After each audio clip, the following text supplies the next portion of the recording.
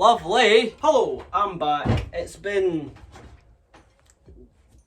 a little bit of time since I've been on here, but we're just gonna ignore that because I'm back, temporarily at least.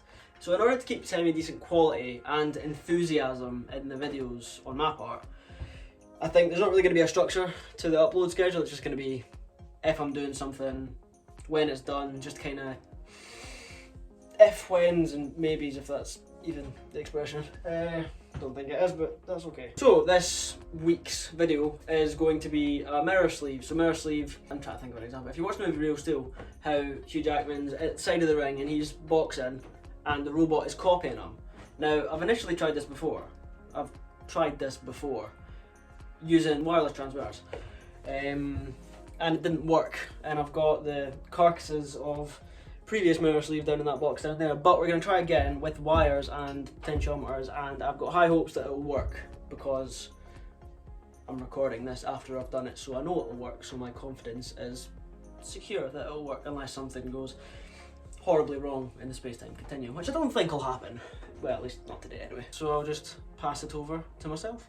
Found these new servos which are a much better form factor. Got one here, so as you can see it's much better suited to joints as opposed to the previous normal potentiometer that had a stopper, so if you wore it for too long it would wear out the bearing, whereas this one spins completely freely, and once it goes from 0 to, I think it's 1023 or something like that, 1023, once it goes past that it just goes back to 0 again, so there's no overspill, so there's no spazzing out of the servos. Yeah, that's what I've got so far. I just need to figure out how the hell I'm gonna mount it to the shoulder, because that is a very dynamic joint and I can't think of a way I'm gonna do it yet. So I've mocked up a prototype for this elbow servo and you'll kind of see how it works, so I don't know if you can see that. So as this moves up, the robot arm does the same.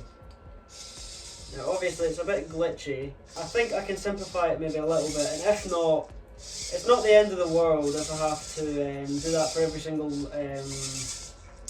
joint, but yeah. So after many hours of stressing and worrying, maybe not worrying, but like many hours of stressing and just stressing basically, mate. Just many hours of stressing and contemplating how I'm gonna do the shoulder, what's it called? Shoulder joint, right? I initially wanted to make it like magnetic so they would actually just stick onto the joints, but then I'm like, right, that's not going to work for the shoulder, because obviously your shoulder's got more than one axis that it moves in the X and Y, but also like spinning and rotating and like out, what is it, like supinating, pronating? I probably got that wrong, but yeah, where was I going with this? Long story short, I remembered this old mirror sleeve, the very first one that I did, because I've done 2, this is the 3rd one. So the very first one I did was an external exoskeleton almost, but you controlled the way it moved. Well, this is it here. It wasn't very advanced in the sense that I think I just cobbled it together with some basic potentiometers because I really wanted to make it move, like, and work. Because I wanted to show people that were coming to the house. But sadly it never worked because that was back when I was using servo testing circuits to control the servos and I didn't know anything about programming, because that's quite a recent development. So back to the original point, this is what it kind of looks like now. It's just kind of been sitting in a box. So you can see how it's like this is back when I had the wrist thing, obviously it's taped there. Obviously you'd put your arm in there and it moves, and then you can twist the wrist servo with it as well. So rather than making it way too complicated, why not just do the exact same, but better? So yeah, I just thought, why not just imitate that for the shoulder joint and consequently the elbow joint as well, and I came up with this. We're starting, so this is the rig I've got set up right now. So basically it's just a what's left of a backpack with all the wires coming from the pots off of this arm here. So as you see, we've got the elbow, we've got the Y, and then we have the X axis here, which is all controlled from the arm.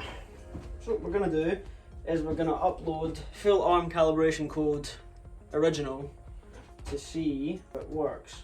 So it should work, you know, ideally, but with most things, first time isn't ever really the charm, is it? So power is going to the robot. There's an LED light on the master control switch that tells me, because it's coming from there. Done uploading, so if I turn it on, there we go. As you can see, oh, that is so cool. And if I go forward, it kind of works. It's a bit jittery, so,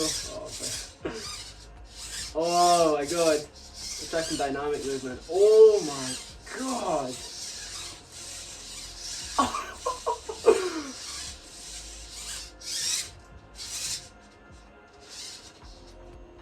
It's a bit as far as, and if I try going, I'm bringing it out that it's forward, see this, you can't really see it from that angle, I'll probably change angles, but it's going forward, it's just not going forward an awful lot. And then also, I've not added conditionals into the code, so if I do it back the way, it just goes to default. So I need to add some conditions into the code, but for initial mock-up, that's actually really good. Oh, alright, well that's the video. Hope you liked it. I'm just gonna start tagging when the robot stuff is, because I know most people don't care about the specifics, but that's fine. So yeah, there might be a video next week, might not, probably won't, but yeah, so I'll see you at some point.